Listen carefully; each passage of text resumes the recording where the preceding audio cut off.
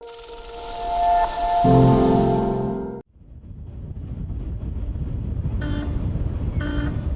a sunny weekend here in Brisbane and we've come to Queensland because we need to talk about Kevin. So what's happening with the KRudd factor here in Queensland? Is it helping or is it going to hinder the Labor Party? We're heading along to KRudd's own electorate to talk to the good people on the ground there to see what they reckon. A few recent polls have shown the PM trailing in his own seat. Does that sound right to you, Scott? Yes. Really? You're not surprised? Not surprised at all. No. But it was a safe seat. It was, wasn't it? It was. So what do you think? Where's it gone wrong? I think he just appears quite fake. He is what you see in real life is not what you get. While the people of Griffith might be kind of proud to have our national leader based here, his performance has been mixed. Haven't found much love yet for the PM in his own seat, but I'm sure there'll be at least a few supporters up at the shops.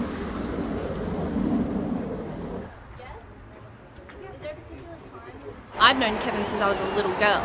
Like, I've grown up in this area, I've been around this area my entire life, and I've never got the impression that he's fake at all. Claire, you mentioned that you've had a few people talk to you about this front page this morning. Time to zip, that's what the Courier Mail is saying. Another poll apparently showing the PM trailing in his own seat. From what you've heard from people here this morning, do you think that this actually reflects what's going on here? Yeah, well, I mean, not at all. We've had a fair few people coming from the newsagent just up there, and they talk about the papers every weekend almost, and they've shown us the Australian, the Courier Mail, even the Financial Review, and just saying, this just doesn't seem like right. Every weekend it's just getting worse and worse and worse, and they're just worried about the impact the papers are having on people in the area and just Australia in general in terms of how the vote's going.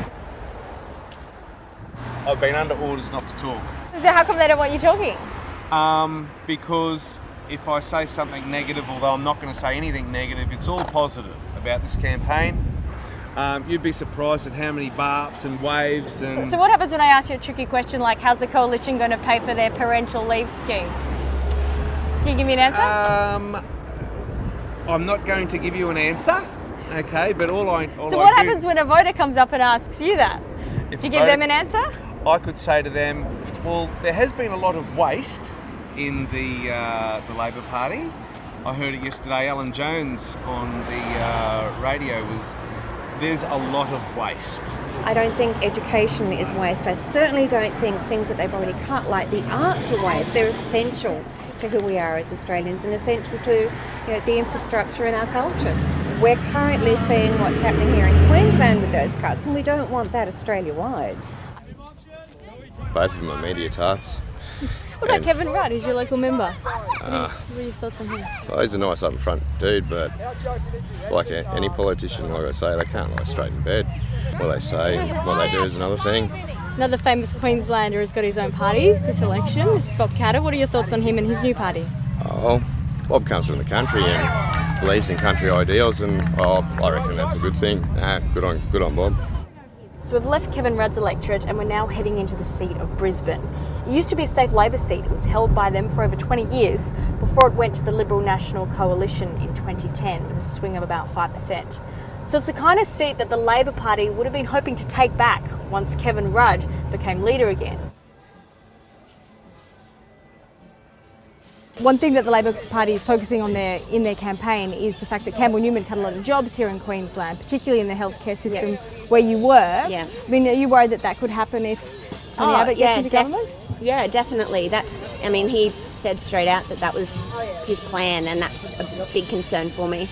I lost lots of co-workers at work, and our funding is just abysmal, and it's affecting our frontline work, frontline jobs. If any more frontline jobs are going to be cut, it's a scary thought what's going to happen in our hospitals. I've got mates that work public service and they're really worried about their jobs at the moment.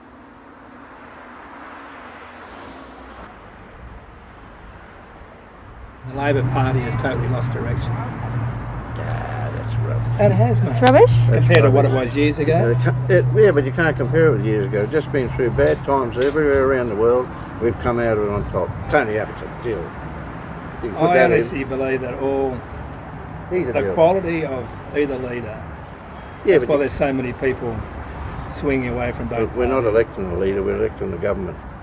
Yeah, I That's what know, they've got but to- you know, if you look at Labor, there's only one person out there marketing it, and that's Ruddy. Where's Swanee?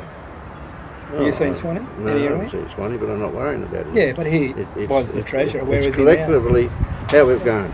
And if you want me to go on about the Liberal Party, all they'll do is get us involved in another war. Can we delete this? Another war? Well, you have a look at it. Ever since I've Well, been can you on just this film me earth- bowling? Let me be your ruler.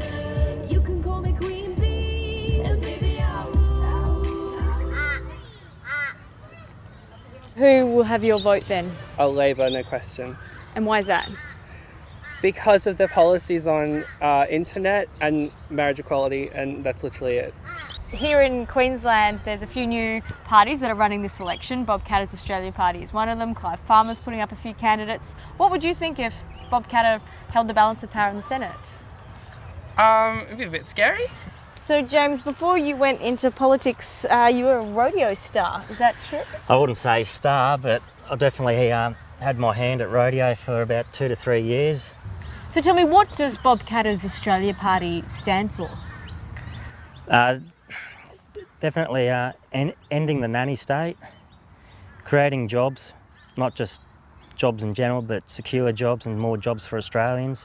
Our agricultural industry has slowly dwindled away due to the Coles and Woolworths monopoly.